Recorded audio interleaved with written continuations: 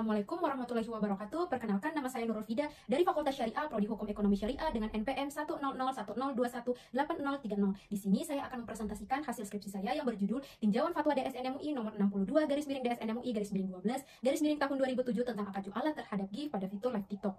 Diawali dengan latar belakang, saat ini teknologi yang sedang berkembang adalah media sosial yang berbasis internet. Salah satu media sosial berbasis internet yang sedang ramai dan banyak digunakan saat ini adalah aplikasi TikTok. TikTok merupakan platform video musik yang berasal dari Cina. TikTok memungkinkan bagi penggunanya untuk membuat video dengan durasi 15 detik sampai dengan 10 menit. Selain membuat video pendek, dalam perkembangannya TikTok juga menyediakan fitur live yang memungkinkan seorang pengguna untuk menyapa para pengikutnya secara langsung atau secara real time. Tidak hanya itu, penonton yang menyaksikan live dapat memberikan hadiah atau upah berupa virtual gift yang kemudian dapat dicairkan menjadi uang.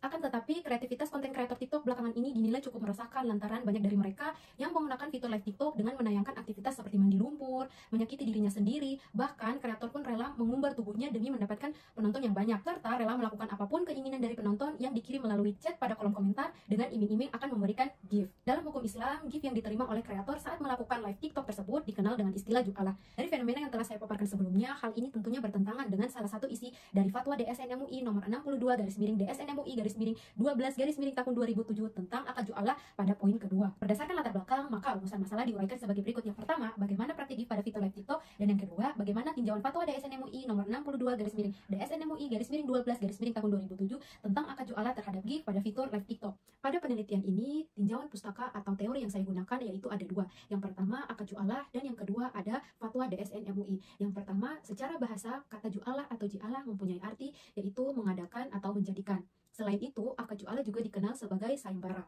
Ulama Malikiyah, Syafi'iyah, dan Hanabilah berpendapat bahwa akad jualah diperbolehkan karena berdasarkan dari kisah Nabi Yusuf bersama saudara-saudaranya yang dituangkan dalam firman Allah Subhanahu wa Ta'ala dalam Quran Surat Yusuf ayat 72. Beralih ke teori selanjutnya, fatwa adalah menjelaskan hukum syariat dalam suatu hal sebagai suatu jawaban atas suatu pertanyaan. Fatwa Dewan Syariah Nasional yang dikeluarkan oleh Majelis Ulama Indonesia yang membahas terkait akad jualah terdapat dalam Fatwa DSN MUI nomor 62 DSN MUI 12 2007 tentang akad jualah. Dasar hukum akad jualah berupa Al-Quran, hadis, dan pendapat-pendapat para ulama. Selanjutnya kita masuk kepada bab metode penelitian. Diawali dengan pendekatan penelitian. Dalam penelitian ini saya menggunakan pendekatan penelitian kualitatif normatif. Kualitatif normatif merupakan penelitian hukum yang dilakukan dengan cara meneliti bahan literatur atau data sekunder.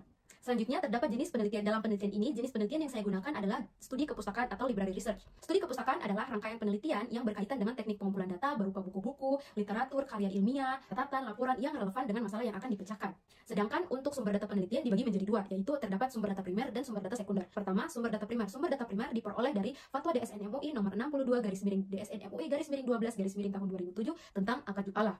Sedangkan pengumpulan dari data sekunder dapat diperoleh dari buku, jurnal, laporan, dan lain sebagainya. Kemudian metode pengumpulan data. Metode pengumpulan data adalah cara yang dilakukan untuk mengumpulkan fakta atau informasi sesuai dengan jenis penelitian yang dilakukan. Metode pengumpulan data yang saya gunakan yaitu studi kepustakaan, di mana informasi tersebut dapat diperoleh melalui buku, karya tulis ilmiah, jurnal, artikel, dan lain sebagainya. Analisis data merupakan langkah terakhir dalam sebuah penelitian. Analisis data merupakan suatu upaya atau prosedur untuk mengubah data menjadi informasi sehingga karakteristiknya dapat dipahami dan digunakan untuk memecahkan masalah, khususnya yang berkaitan dengan tema pada penelitian ini. Pada penelitian kualitatif, terdapat 3 alur kegiatan secara bersamaan dalam menganalisis data. Yang pertama yaitu tahap awal analisis data kualitatif adalah mereduksi data, kemudian menyajikan data, dan yang terakhir menarik kesimpulan. Masuk kepada bab hasil dan pembahasan.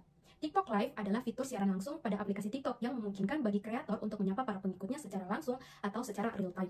TikTok memberikan kesempatan kepada penggunanya untuk mendapatkan keuntungan secara materi. Salah satunya melalui gift yang didapatkan dari penonton saat kreator melakukan live TikTok. Hasil gift yang telah dikumpulkan dapat dikonversi menjadi uang dan dapat dicairkan melalui metode pembayaran yang telah tersedia. Namun pada praktiknya bahwa penulis menemukan adanya konten live TikTok Indonesia yang menampilkan perilaku yang tidak wajar seperti melukai dirinya sendiri, melakukan aksi mandi lumpur, memperlihatkan lekuk tubuh, melakukan ramalan, dan hal-hal aneh lainnya. Selanjutnya, dalam hukum Islam, gift yang telah diterima oleh kreator saat melakukan live TikTok dikenal dengan istilah ju'alah. Adapun segala ketentuan yang berkaitan dengan akad ju'alah telah ditetapkan dalam Fatwa DSN MUI nomor 62 DSN MUI 12 2007 tentang akad ju'alah.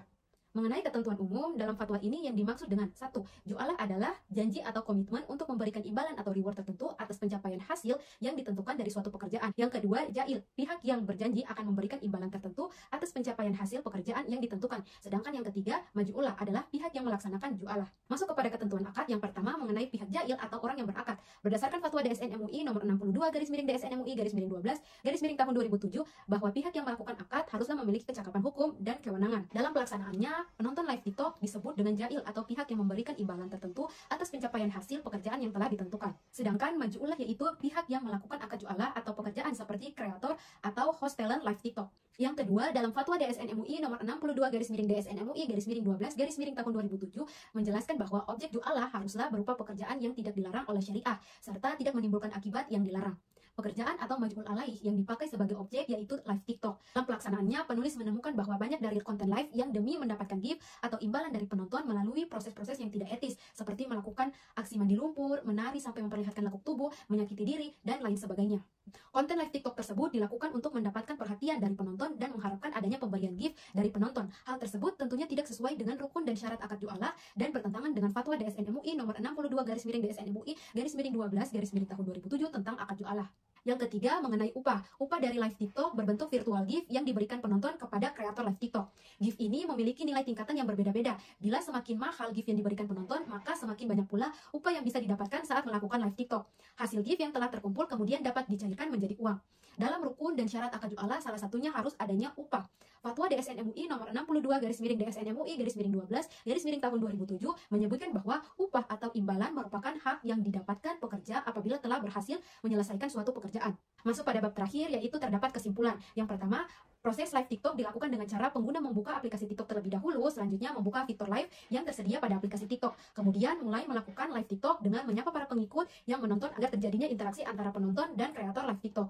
Ketika penonton merasa terhibur dengan konten yang dibawakan, secara tidak langsung penonton akan memberikan hadiah gift TikTok. Gift yang telah dikumpulkan dapat dicairkan menjadi uang. Yang kedua, berdasarkan fatwa DSN MUI nomor 62/DSN MUI/12 tahun 2007 tentang akad ju'alah terhadap gift pada fitur live TikTok, terdapat ketentuan akad yang tidak sesuai dengan isi dari fatwa DSN MUI, yaitu objek ju'alah atau pekerjaan yang dilakukan konten kreator pada saat live TikTok yang mengandung unsur menyakiti diri, melakukan aksi mandi lumpur, dan memperlihatkan lekuk tubuhnya. Maka dapat ditarik kesimpulan bahwa sebenarnya gift dari live TikTok boleh dilakukan apabila dalam pelaksanaannya tidak melanggar apa yang telah ditentukan oleh syariah. Fatwa DSN MUI nomor 62/DSN MUI/12 tahun 2007 dan peraturan perundang-undangan yang berlaku. Itu tadi presentasi dari saya, kurang lebihnya saya mohon maaf. Wabillahi taufiq wal hidayah. Wassalamualaikum warahmatullahi wabarakatuh.